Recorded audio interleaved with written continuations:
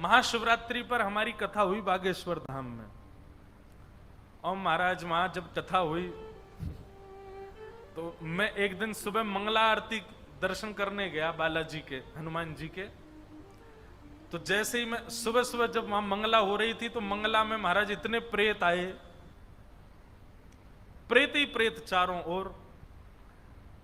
अब जैसे ही मैं मंगला करके परिक्रमा करने के लिए हनुमान जी की बाहर निकला, वो प्रेत सब बांध, उनको एक बैरिकेटिंग में रखा हुआ था, सब बैरिकेड्स में थे। एक प्रेतनी न जाने कहां से कूद के अंदर आ गई जहां मैं घूम रहा था, और उसने मेरे पैर ही पकड़े सीधे, और पैर पकड़ करके बोले मुझे मुक्ति चाहिए।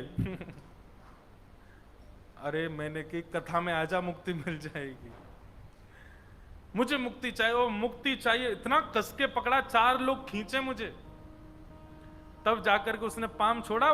पाम मेरा अंगूठा वो मुख में बस उसको खाने ही वाली थी, इतने तो पांव बच गए मेरे। मैंने कहा मेरे साथ इतने लोग, इसने मुझको ही क्यों पकड़ा, मेरा ही पाम क्यों पकड़ा। तब बात समझ में आई कि हम भागवत के वक्ता बन के कथा सुना रहे हैं ना। प्रेतों को भी पता होता है कि हमारी मुक्ति कहां से होने वाली है।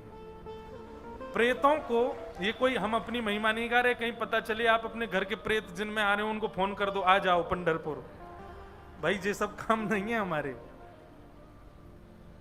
ये भागवत जी की महिमा है और इसके व्यास मंच पर बैठने की महिमा है। ये ब्राह्मण देवता जो यहां बैठ करके पाठ कर रहे हैं, इनकी महिमा जानिए। भागवत जी सामान्य नहीं है, साधारण नहीं है भागवत जी। प्रेत व्यक्ति क्यों बनता है? अपने 100 वर्ष की आयु में गलत कार्य करने की वजह से बनता है। भागवत जी पहले ही मना कर रही है, मत करो मत करो मत करो मत करो, ये गलत कार्य हैं, ये सब नहीं करने चाहिए, तुम प्रेत योनि में चले जाओगे। और उसके बाद व्यक्ति प्रेत बन जाता है, उसको कोई स्वीकार नहीं। आपको पता है प्रेत कब बनता है व्यक्ति? जब उसको नरक में भी जगह नहीं मिलती, तब प्रेत बनता है। मतलब सारे लोकों में कहीं ना कहीं स्थान मिलता है। कोई शिवलोक चला जाता है, कोई ब्रह्मलोक चला जाता है, कोई विष्णु लोक जाता है, कोई गोलोक जाता है, कोई कहीं जाता है। और सबसे गिरता गिरता गिरता गिरता गिरता जो पापी लोग होते हैं वो नरक में जाते हैं। नरक भी बहुत प्रकार के होते हैं, उनमें जाते हैं। उनमें भी किसी को स्थान नहीं मिलता तो वो पृथ्वी पर ही प्रेत बन जाता है। सोचो, उस प्रेत को मुक्ति प्रदान करती हैं भागवत जी। उस प्रेत को जिसके लिए सबने द्वार बंद कर दिए, उसको केवल भागवत जी की सप्ताह कथा, 7 दिन बहुत दूर की बात है। पहले दिन व्यास मंच पर बैठ करके व्यास जी और 5 ब्राह्मण बैठ करके सस्वर भागवत जी का पाठ करते हैं, और व्यास जी जैसे ही भागवत का श्लोक गाते हैं वो प्रेत कहीं भी होगी वहीं से मुक्त होकर के भगवत धाम चली जाती है। ऐसी भागवत जी की महिमा है, साधारण नहीं है भागवत की कथा। आजकल भागवत की कथा को कोई भी गा देता है, कोई भी बोल रहा है, कुछ भी बोल रहा है भागवत के मंच से।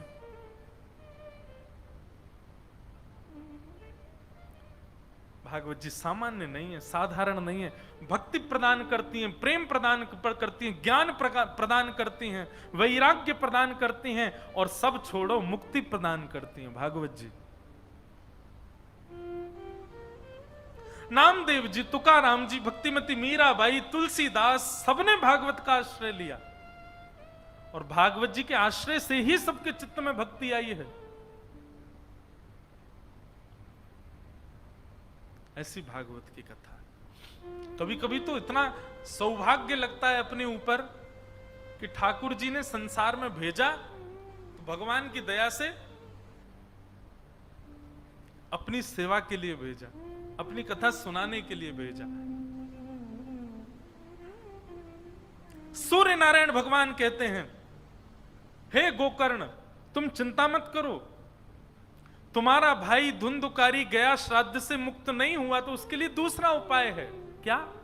श्रीमद् भागवतान मुक्ति सप्ताहम वाचनं कुरु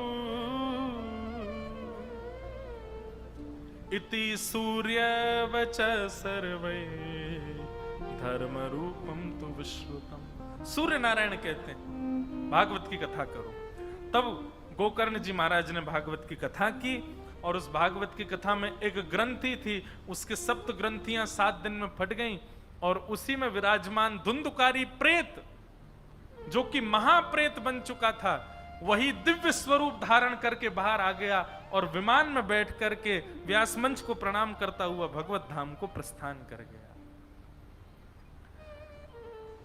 गोकर्ण जी महाराज ने विष्णु दूतों से पूछा, कथा तो इतने सारे लोगों ने सुनी, मुक्ति केवल एक की क्यों हुई? सबकी मुक्ति हो जानी चाहिए। विष्णु दूतों ने बहुत सुंदर उत्तर दिया कि श्रवणस्य विभेदेन फल भेदोत्र संस्थितः, श्रवणं तु कृतं सर्वैः न तथा मननं कृतं।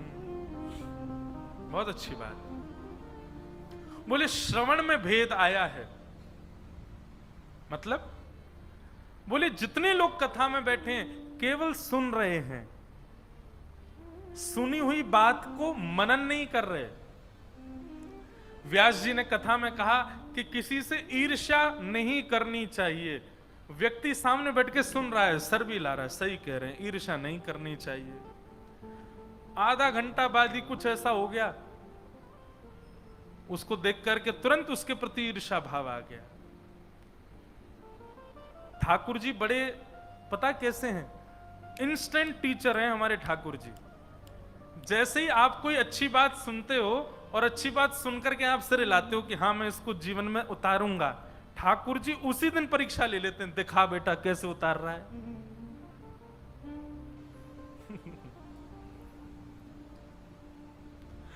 एक ऋषिकेश में अभी 4 दिन की अकिंचन चल रही थी हमारी, वहां एक ऐसा भाव उत्पन्न हुआ अपने आप ही कि ठाकुर जी की हम पर बहुत बड़ी कृपा है कि ठाकुर जी हमारी बातों को सीरियसली लेते नहीं है। हे नाथ, मैं आज के बाद ऐसा नहीं करूंगा, मैं आज के बाद बहुत पवित्र जीवन जीऊंगा, मैं आज के बाद कभी पत्नी पर क्रोध नहीं करूंगा, मैं आज के बाद कभी 2 नंबर का काम नहीं करूंगा, मैं आज के बाद कभी भी दूषित प्रकार से धन कमाने की इच्छा नहीं रखूंगा, अपनी कामनाओं पर, अपनी वासनाओं पर मैं अब आज के बाद मैं थोड़ा लगाम लगाऊंगा। ठाकुर जी कहते हैं बोल मत ज्यादा, चल अपना काम कर, निकल चल यहां से। ठाकुर जी हमको सीरियसली लेते नहीं है, क्योंकि ठाकुर जी जानते हैं केवल बड़ बोल रहा है। एक परीक्षा यदि मैंने ले ली ना, तुरंत खत्म हो जाना है इसका सब कुछ। और नहीं तो आप करके देख लो, कल सुबह जाइएगा पंडरीनाथ भगवान का दर्शन करके और अपने किसी अवगुण को वहीं त्यागने का संकल्प लेके आना। अपना अवगुण सब जानते हैं कि मेरे अंदर अवगुण क्या है, और ये छोटे मोटे अवगुण नहीं। छोटे मोटे अवगुण मतलब डायबिटीज है लेकिन रसगुल्ला खाने का मन होता है, मैं पंडरीनाथ भगवान अब रसगुल्ला, ये छोटे मोटे अवगुण नहीं, कोई बड़ा वाला अवगुण जिसका आपको स्वयं भी लगता है कि ये अच्छा नहीं है मेरे अंदर। चाहे वो काम का हो, चाहे क्रोध का हो, चाहे लोभ का हो, चाहे ईर्ष्या का हो, चाहे द्वेष का हो, कोई भी अपना एक अवगुण लेकर के कल मेरे कैसे जरूर जाइएगा। और श्री पंडरीनाथ भगवान अगर दर्शन हो जाए तो, नहीं तो चंद्रभागा नदी पे ही जाना और वहां जल लेकर के कहना, आज के बाद मैं संकल्प लेता हूं पंढरपुर में ही आज के बाद मैं ये क्रिया नहीं करूंगा, आप जल छोड़ देना। 2 घंटा प्रतीक्षा करना, बस 2 घंटे में ही ठाकुर जी परीक्षा लेंगे आपकी। ऐसी सिचुएशन प्रकट करेंगे कि आप जिस नियम को तोड़ने का संकल्प देकर के आए हो वही नियम लागू हो, ऐसी कोई सिचुएशन होगी। फिर देखना आप नहीं बचा पाओगे स्वयं को।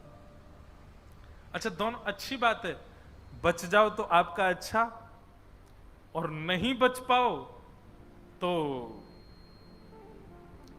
यह बात भी प्रमाणित हो जाएगी कि भाई हम कितने पानी में हैं। हम केवल बोलते हैं, करने की हमारी स्थिति नहीं। कल ये जरूर करके देखना आप। और परसों फिर हम सुबह मिलते हैं 11 से 12, आके चुपचाप बताना कान में, सबके सामने नहीं बताना, क्योंकि मुझे पता है कि उत्तर नेगेटिव ही आने वाला है। आपका वो नियम टूट चुका होगा शाम तक तो, और मान लीजिए आपने 1-2 दिन अगर उस नियम पर जबरदस्ती चढ़ करके उस नियम का पालन कर लिया, तीसरे दिन तो टूट ही जाएगा। और नहीं टूटे तो आपको बधाइयां, आपको शुभकामनाएं। ठाकुर जी ने आपके भाव को स्वीकार किया, ठाकुर जी प्रसन्न हो जाएंगे, वाह भाई मान गए तेरे इस नियम को। पर याद रहे वो टूटना ही नहीं चाहिए फिर जीवन पर्यंत। इसलिए ठाकुर जी हमको सीरियसली लेते नहीं ज्यादा, क्योंकि ठाकुर जी को पता केवल बोल रहा है, बड़ बोलता है बस।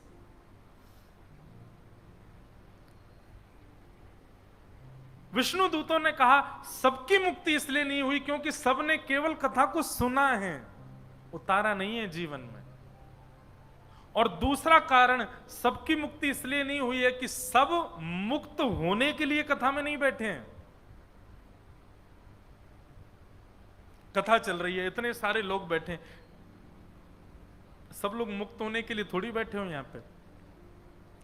सब लोग अपनी रिटर्न टिकट लेके आए हो, वापस कहां कहां जाना है हमें।